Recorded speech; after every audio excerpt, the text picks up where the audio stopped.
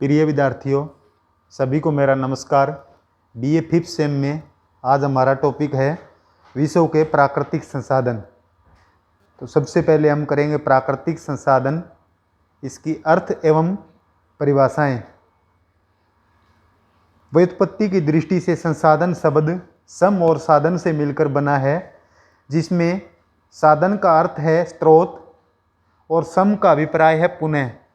अतः संसाधन वे स्रोत होते हैं जिनका बार बार उपयोग किया जा सकता है और जिन पर मानव समाज दीर्घ अवधि या लंबी अवधि तक निर्भर रह सकता है। दूसरे शब्दों में, किन्हीं उद्देश्यों, आवश्यकताओं अथवा इच्छाओं को पूरा करने वाली वस्तुओं एवं साधन संसाधन कहलाते हैं। उदाहरण के लिए जैसे भूमि, जल, मिट्टी, खनिज, पशु, वनस्पति, वायु, सूर्य का प्रकाश, स्वयं मनुष्य, प्रकृति द्वारा प्रदत्त, ये ऐसे संसाधन हैं जिन्हें मनुष्य संशोधित और परिष्कृत करके उपयोगी बनाता है। अब है संसाधन की परिभाषा। जेम्स फिशर के अनुसार संसाधन वह कोई भी वस्तु हो सकती है जो मानवीय इच्छाओं और आवश्यकताओं की पूर्ति करती है। दूसरी परिभाषा है E.W. जिमरमैन के शब्दों में, संसाधन पर्यावरण की वे विशेषताएं हैं जो मनुष्य की जरूरतों को पूरा करने की क्षमता रखती है। उन्हें मनुष्य के सामर्थ्य एवं इच्छाओं द्वारा उपयोगी बनाया जाता है। संसाधन देश और काल सापेक्ष होते हैं। इसमें बताया गया है प्रकृति के सभी पदार्थ सभी जगह और हर समय संसाधन नहीं होते। मृदा, जल, पवने, सूर्य का प्रकाश, वन और वन्य प्राणी मनुष्य के जन्म से बहुत पहले से इस धरा पर थे, लेकिन उस समय ये संसाधन नहीं बन पाए क्योंकि मनुष्य इसका उपयोग करना नहीं जानता था। मृदा और जल तभी संसाधन बने जब हम अपने जन्म के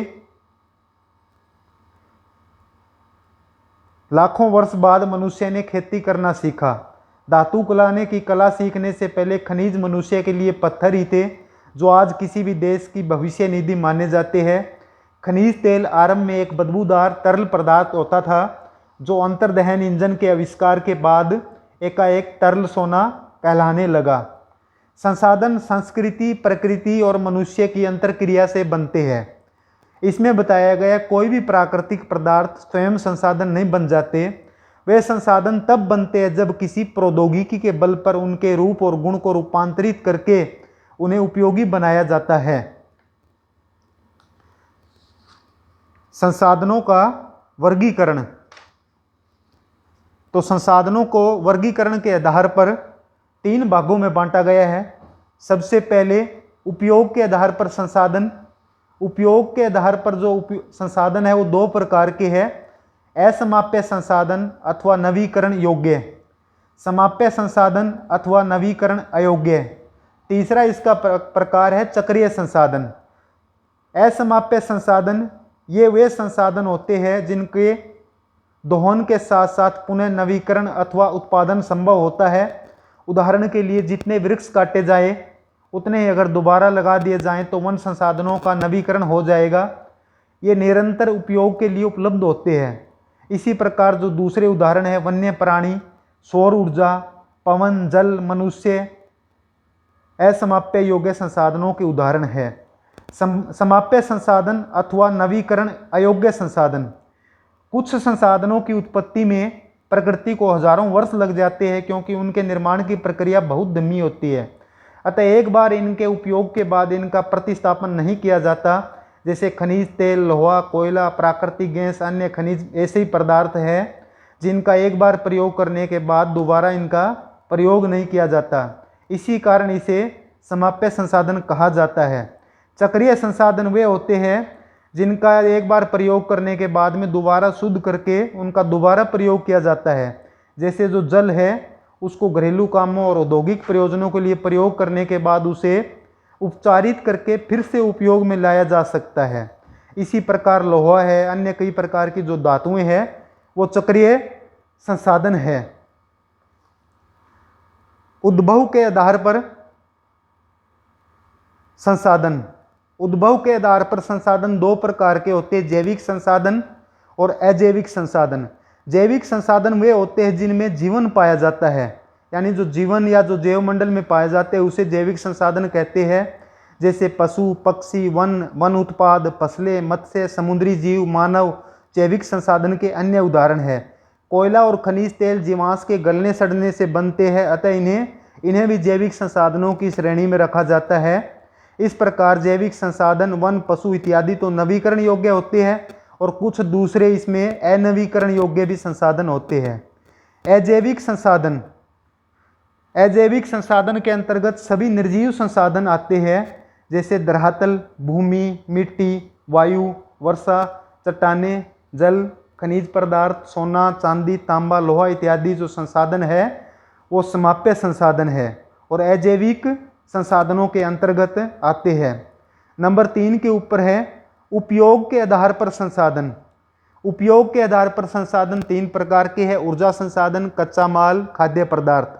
ऊर्जा संसाधन जैसे उद्योग, कृषि, खनन, यातायात, वानिकी, संचार, घरेलू काम अनेक प्रकार की मशीनों पर निर्भर करते हैं। इन मशीनों को चलाने के लिए हम शक्ति के लिए जिन स्रोतों का उपयोग करते हैं जिन्हें ऊर्जा संसाधन कहते हैं, जैसे लकड़ी, पेट्रोलियम, कोयला, प्राकृतिक गैस, जल विद्युत, ताप विद्युत, सौर ऊर्जा, परमाणु ऊर्जा, ज्वारीय ऊर्जा, भूतापीय ऊर्जा, पवन ऊर्जा इत्यादि इसके अंतर्गत आते हैं। कच्चा माल, कच्चे माल से औद्योगिक उत्पादन संभव होता है। इसके अंतर्गत जो निम्नलिखित संसाधन आते हैं, वनस्पति, वनस्पति से हम लकड़ी, रेशेदार उत्पाद, जंगलों से प्राप्त बीज आदि प्राप्त करते हैं। खनिज, खनिज से हमें लौह अयस्क, कोयला, बॉक्साइट, चूना पत्थर, नमक इत्यादि प्राप्त होता है। पशु एवं जीव जंतु, पशु एवं जीव जंतु के अंतर्गत हमें दूध, खाले, सींग, हत्ती दांत, तेल, चर्बी, ऊन आदि प्राप्त होता है। फिर है खाद्य पदार्थ। खाद्य पदार्थ विकास की प्रारंभिक अवस्थाओं में मानव ने सबसे पहले उन प्राकृतिक संसाधनों का दोहन किया जिनका वह भोजन के रूप में उपयोग करता था। देश और काल के संदर्भ में खाद्य पदार्थों की सूची अलग तथा विशाल है। इसके अंतर्गत जैसे खनिज, खनिज के अंतर्गत हम लेते हैं नमक को लेते हैं, नमक खनिज से प्राप्त होता है। वनस्पति है, वनस्पति के द्वारा हमें फल, कंदमूल, दूध, साल, खुम्बी इत्यादि प्राप्त होती है। पशु, जीव जंतु एवं अन्य पदार्थ, इसके अंतर्गत हमें दूध, मांस, अंडे, शहद इत्यादि वस्तुएं प्राप्त होती है। इस प्रकार ये थे उपयोग के आधार पर संसाधनों का वर्गीकरण। और अब इसमें हमारे जीवन में जो संसाधन है उसका बहुत ज़्यादा महत्व है। Thank you.